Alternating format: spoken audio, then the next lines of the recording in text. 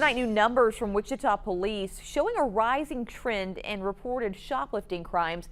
As of today, there's been more than 3,000 shoplifting crimes reported. That is a jump of 21% from this same time last year, and it's a 26% increase from a 5-year average. It is a trend that police say is significant.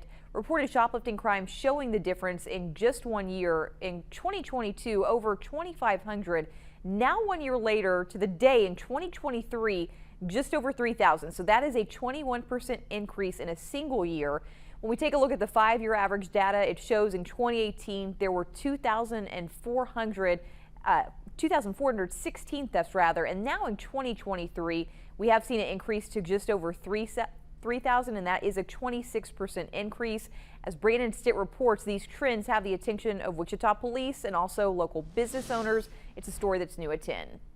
Shoplifters running out of Town West Square. It's become a frequent sight for Steve's Jams and Jellies owner, Ken Smith. Most recently, along with all the other years, I've seen way too many people running out of here with clothes in their hands and everything else. It's like, excuse me, that means those prices have to go way up. Ken caught this group of thieves on his security cameras as they made their way to their getaway car. From all appearances, they look like the same group that got away with more than $2,700 worth of merchandise from an East Wichita Dick's sporting goods store the same day.